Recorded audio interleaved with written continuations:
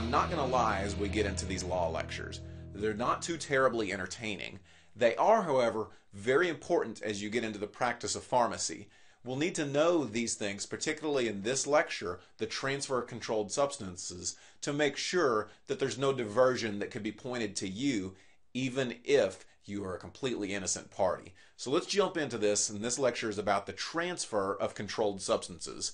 First of all, you can transfer controlled substances a number of ways. One is to another pharmacy, another is to a pharmacy supplier, and then thirdly I have to the manufacturer of the drug. And there's different ways of doing it for each of these bullet points. The records of the transfer need to be kept for 2 years and then need to be available for those 2 years in case a DEA inspector drops by your pharmacy. Always, you see someone show up in a suit and tie, it could very well just be a patient, a businessman or woman coming from work. But always whenever you see them, you think, uh-oh, is today the day that the state board drops in or the DEA drops in? And at some point, you're going to be correct, and it is going to be one of them, because they do occasionally drop in to make sure your records are intact. So the transfer of controlled substances, the receiver, now remember I say the receiver, we're transferring from one pharmacy to another, or from one pharmacy to the manufacturer or to the distributor. The receiver must issue a 222 form, so DEA form 222, and that is for Schedule II substances. And you can learn that to learn which medications are Schedule II medications. It's the one that have the most abuse potential.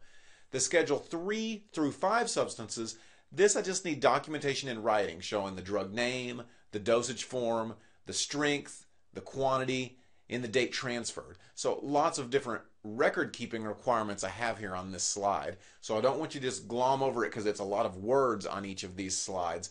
Note that on Schedule II substances, the receiver is the one who must issue the order form, Form 222. Schedule III through V, I need that documentation in writing showing all those things, drug name, form, strength, quantity, and date transferred.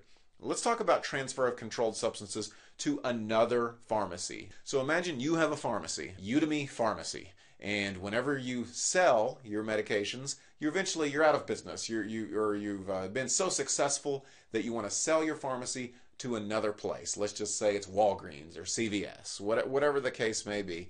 It's going to be bought out, and you're going to have to give your controlled substances to them. So controlled substances may be transferred to that new pharmacy. We need a complete inventory, and that's going to be of all your controlled substances, and it must be taken documenting, again, the same things from the last slide: drug name, dosage form, strength, quantity, and date transferred.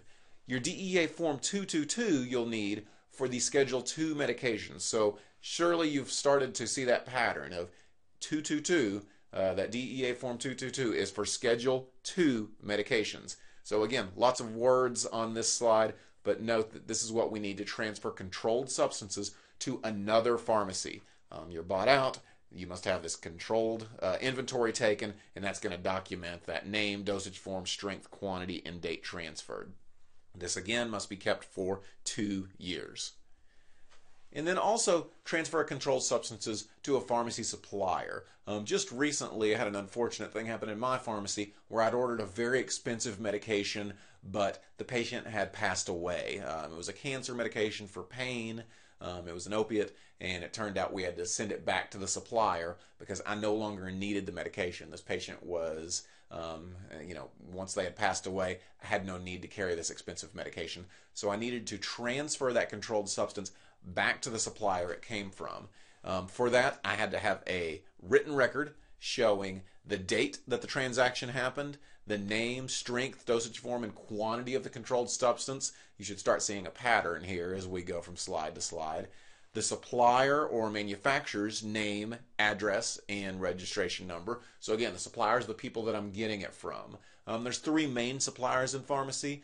You'll hear mainly of Cardinal, you'll hear of McKesson, and you'll hear of AmerisourceBergen. Many of your big chains use one of those 3 as their primary or secondary supplier. So just to make that clear, the manufacturer, the one that makes the drug, then sells it to the distributor. Again, one of the 3, Cardinal, McKesson, or AmerisourceBergen, which then will sell it to you, the pharmacy. So here you're giving it back to the distributor, okay? And again, DEA Form 222 will act as the official record for the transfer of Schedule II medications. So this is a really quick lecture, and I know it's a lot of words on each slide. I know it's not the most entertaining bit of information on here, but it is very useful to know. Whenever I'm transferring controlled substances, I need an inventory with specific requirements. And if you need to look back at those specific requirements, check back at the slides. Also, when I'm transferring any time that I'm transferring Schedule II medications, I'm going to need DEA Form 222.